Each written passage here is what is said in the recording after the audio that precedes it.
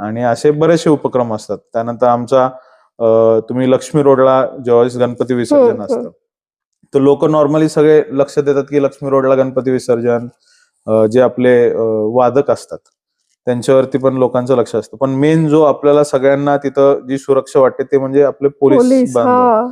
तर पोलिसांसाठी जास्ती काही यंत्रणा नव्हत्या त्यावेळेस. गेल्या आता आम्ही 12-15 वर्ष आले ते करतोय तिथे. तर विजय टॉकीज जी आहे त्या आवारामध्ये आम्ही त्यावेळेस जायचो. तर तिथे ते पोलिसांचे नॉर्मल टेंट असायचे त्यांना विश्रांतीसाठी.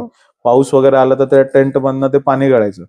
मग आमच्या डोक्यात संकल्पना आली, आम्ही काय केलं की त्या जो अंगण होतं तिथे त्या ठिकाणी आम्ही शेड्स टाकले, कॉट्स बेड्स वगैरे केले पोलिसांसाठी, म्हणजे जेंट्स वेगळं लेडीज वेगळं, त्यांच्यासाठी बाबा तुम्ही लिटरली 24 आवर्स पेक्षा जास्ती तिथे काम करत असतात. तर त्यांच्यासाठी बाबा तुम्हाला अर्धा तास का होईना, 15-20 मिनिटं का होईना, तिथे येऊन तुम्ही बेडवर थोडीशी विश्रांती घेऊ शकता. त्यानंतर एक कंटिन्यू आम्ही केटर तिथे ठेवायचो की फक्त पोलिसांसाठी, स्वयंसेवकांसाठी, पथकातल्या मुलांसाठी त्यांना चहा नाश्ता कंटिन्यू तिथं आम्ही त्यांना प्रोव्हाइड करायचो.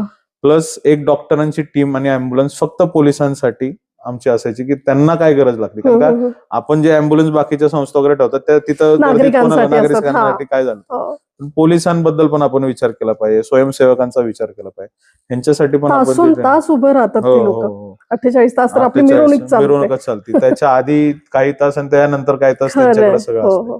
हे सगळं आम्ही ते वन ऑफ द तो आमचा कार्यक्रम. असे बरेचसे कार्यक्रम आहेत की जे आम्ही इलेक्शन सोडून या ठिकाणी चालू ठेवतो. वा, म्हणजे कुठलंही पद आणि त्याची लाल